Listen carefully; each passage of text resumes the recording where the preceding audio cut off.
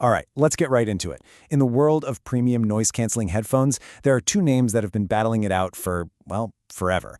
Today, we've got their latest and greatest, the Bose Quiet Comfort Ultra versus the Sony WH-1000XM6.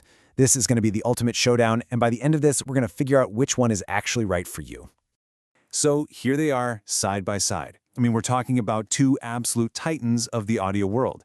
And yeah, they both come with a pretty hefty price tag, and they both promise this amazing listening experience. But, they go about it in completely different ways.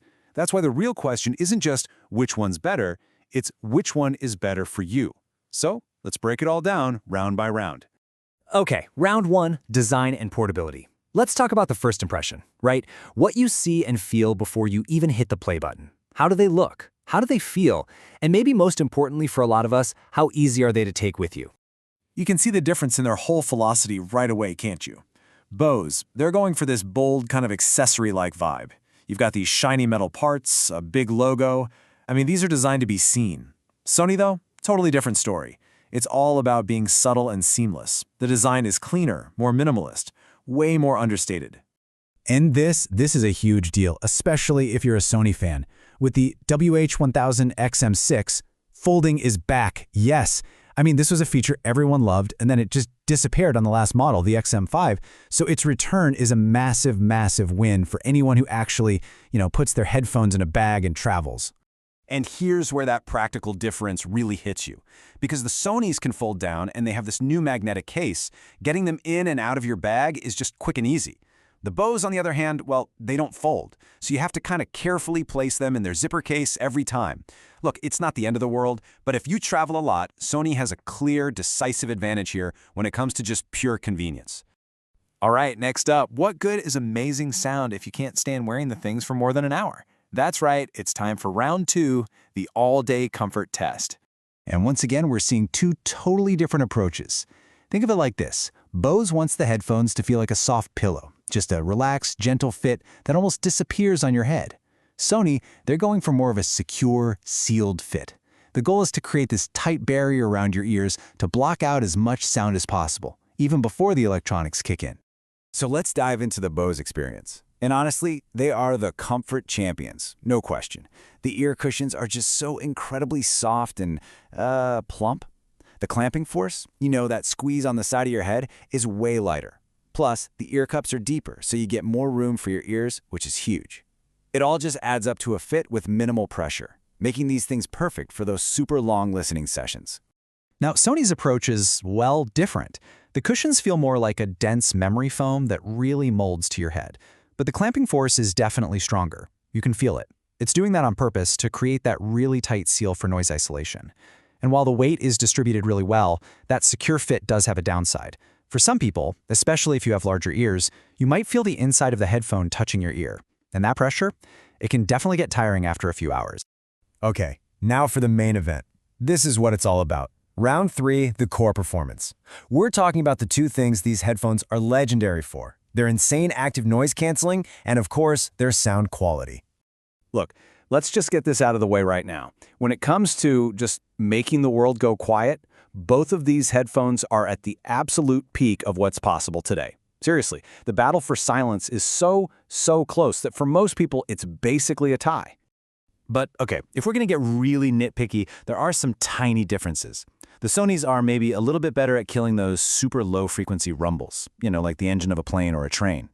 The Bose, on the other hand, might be a hair better at dealing with a wider range of sounds, including that mid-range chatter, like people talking nearby. But honestly, the difference is so small, it really shouldn't be the reason you pick one over the other. They're both just exceptional at this. Now, where they really start to pull apart is sound. This is where your personal taste is everything. Bose tunes their headphones for a sound that's really natural and comfortable. It's just easy to listen to for hours on end. Sony goes for something totally different, an experience that's energetic and fun with this really powerful, punchy bass. And you can really hear this difference when you play certain kinds of music. So, for example, take something complex like orchestral music. This is where the Bose really shines. The best word for it is comfortable. It just sounds balanced, it's never harsh, and it handles all those layers of instruments without making your ears tired. But play that exact same music on the Sony, and it's a completely different story. that aggressive tuning can actually backfire a little bit. When the music gets really intense, the sound can feel like it's right on the edge of, well, a tearing sound. It's this hint of harshness, maybe a little distortion, as everything is fighting for space. It's definitely powerful, but it can also be a bit overwhelming. Okay, but now let's switch gears. Put on some pop or hip-hop or electronic music, and oh man, the tables completely turn. Sony's sound is just, it's been called truly dopamine-inducing. That huge bass and that super energetic vibe make modern, beat-heavy music feel so engaging and exciting. It just makes you want to move. It's that simple. All right, for our final round, let's get into the nitty-gritty, the day-to-day stuff. We're talking about the buttons, the touch controls, and all the extra features that can make a pair of headphones either a joy or a total frustration to use. And I'm just going to say it. In this category, there is a clear winner. Sony's whole control setup is just so much more intuitive and polished. The Bose layout, it can be kind of awkward. You've got two important buttons right next to each other, and the super sensitive touch strip for volume, it's just really easy to accidentally press the wrong thing, and that can get really frustrating.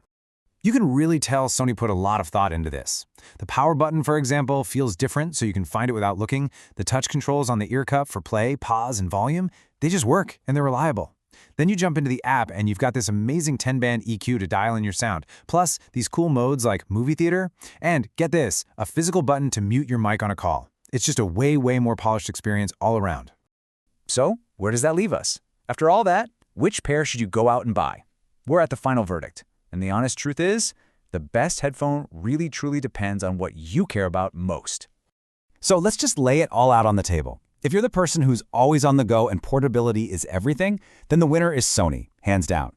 But if what you need is pure, long-lasting comfort for hours and hours, then you gotta go with Bose. For sound, if you listen to a lot of classical or orchestral stuff, Bose's natural sound is the winner.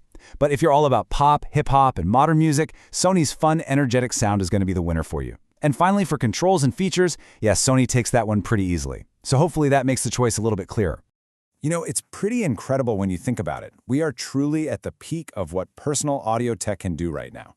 Both of these headphones are just amazing feats of engineering, which kind of leaves you with one big question, right? Now that we've reached this incredible peak of amazing sound and almost perfect silence, what's next? What on earth can the next generation of headphones possibly show us that we haven't seen already?